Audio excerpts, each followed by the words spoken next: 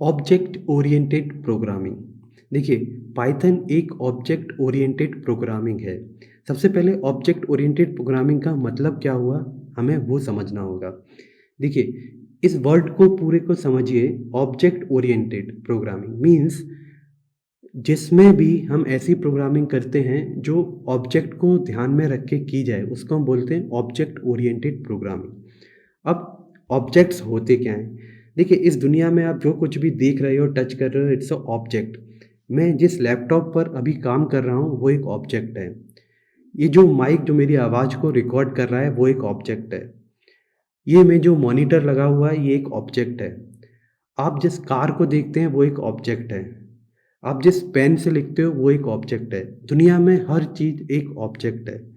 और जब हम दुनिया के ऑब्जेक्ट्स को प्रोग्रामिंग वर्ड से जोड़ देते हैं और प्रोग्रामिंग को इस तरीके से करते हैं कि हम ऑब्जेक्ट को ध्यान में रखें, तो हम उसको बोलते हैं ऑब्जेक्ट ओरिएंटेड प्रोग्रामिंग। ठीक है।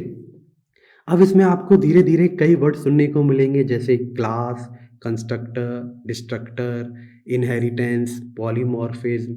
ये सारे वर्ड आपको थोड़े से नए लगेंगे, पर अगर आप इनके एग्जाम्पल्स को रियल वर्ड से जोड़कर देखोगे तो आपको ऑब्जेक्ट ओरिएंटेड प्रोग्रामिंग सीखने में बहुत ज़्यादा मज़ा आएगा। ठीक है। तो सबसे पहले समझते हैं पहले कीवर्ड को, व्हाट इज़ क्लास। क्लास क्या होती है? देखिए, क्लास को मैं अभी अगर बहुत ही सिंपल वर्ड में बोलूँ, is like a blueprint for constructing objects. ठीक है। ये जो एक क्लास है वो एक ब्लूप्रिंट है फॉर कंस्ट्रक्टिंग ऑब्जेक्ट। मीन्स अगर मैं सिंपल और लैंग्वेज में बोलना चाहूँ तो क्लास एक फैक्ट्री है जो कंस्ट्रक्ट कंस्ट्रक्ट करती है ऑब्जेक्ट्स को। ठीक है। तो सबसे पहले क्लास बना के देखते हैं क्लास क्या होती है। तो क्लास बनाने के लिए आपको एक कीवर्ड यूज़ करना होता है Python, which is called class. उसके बाद क्लास का नेम। देखिए, मैं एक क्लास बनाता हूँ एम्प्लॉय। ठीक है।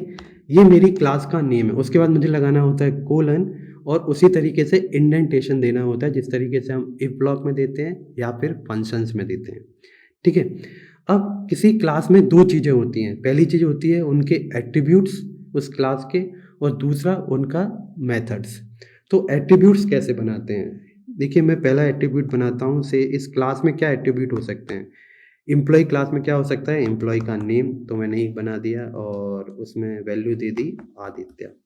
तो ये मैंने क्लास का एक एट्रीब्यूट बना दिया। अब इसी तरीके से मैं इसका एक और एट्रीब्यूट बना देता हूँ एज, और मैंने उसमें वैल्यू दे दी 32। तो ये क्लास का दूसरा क्या बन गया? एट्रीब्यूट। अगर मुझे इस क्लास में कोई फंक्शन बनाना है, देखिए, अब याद रखिए अभी तक हम जो भी फंक्शन बना रहे थे उनको हम क्या बोल रहे थे? फंक्शन। जब भी आप किसी भी क्लास में कोई फंक्शन बनाते हैं उसको बोलते हैं मेथड्स, और क्लास से बाहर होता है तो उनको बोलते हैं हम फंक्शन। तो यहाँ पर हम क्लास के अंदर बना रहे हैं इसलिए हम इनको बोलेंगे मेथड्स। तो अब मैं यहाँ पे एक मेथड बनाता हूँ। मेथड बनाने का तरीका वही है, डेफ कीवर्ड यूज़ करना है। डेफ कीवर्ड यूज़ करने के बाद मैं करता हूँ शो डेटा। ये मेरे मेथड का नाम है, और जैसे मैंने ये लगाया तो यहाँ पर ये एक सेल्फ जुड़ जाता है। अभी आप इस सेल्फ को ऐसे ही रहने दीजिए, मैं एक्सप्लेन करूँगा ये सेल्फ क्या है। और फिर यहाँ पे मैं एक प्रिंट स्टेटमेंट लगा देता हूँ, और इस प्रिंट स्टेटमेंट में लिखता हूँ एम्प्लॉय नेम।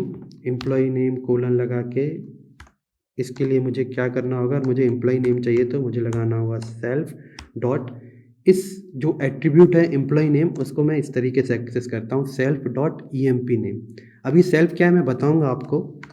उसके बाद मैं इस स्ट्रिंग को आगे बढ़ाता हूँ, एंड हिज एज इज़, यहाँ पे मैं एज दिखाता हूँ, एज क्या है। उसके बाद फिर से कोलन लगाता हूँ। कोलन लगाने के बाद मैं यहाँ पे सेल्फ डॉट एज। अब ये जो एज है वो स्ट्रिंग नहीं है, तो मुझे इसको स्ट्रिंग में कन्वर्ट करना होगा। ठीक है। अभी ये मेरी क्लास बन के तैयार हो गई है। अब देखिए, जैसा मैंने बोला था क्लास क्या है? क्लास एक फैक्ट्री है जो ऑब्जेक्ट प्रोड्यूस करती है ना? तो इस क्लास का ऑब्जेक्ट मुझे बनाना कैसे है पहले वो समझते हैं। तो मैं क्या करूँगा, एम्प्लॉय, इसको मैं शॉर्ट कर लेता हूँ EMP OBJ, ये मैंने नाम दे लिया अपने ऑब्जेक्ट का। और ऑब्जेक्ट कैसे बनाना है? उस क्लास का नाम और ये ब्रैकेट्स। ये क्या हुआ? इससे एम्प्लॉय क्लास का ऑब्जेक्ट बन गया। ठीक है। अब इस ऑब्जेक्ट से आप देखोगे तो मैं इस पे डॉट करता हूँ तो मैं एम्प्लॉई नेम और एज को एक्सेस कर सकता हूँ।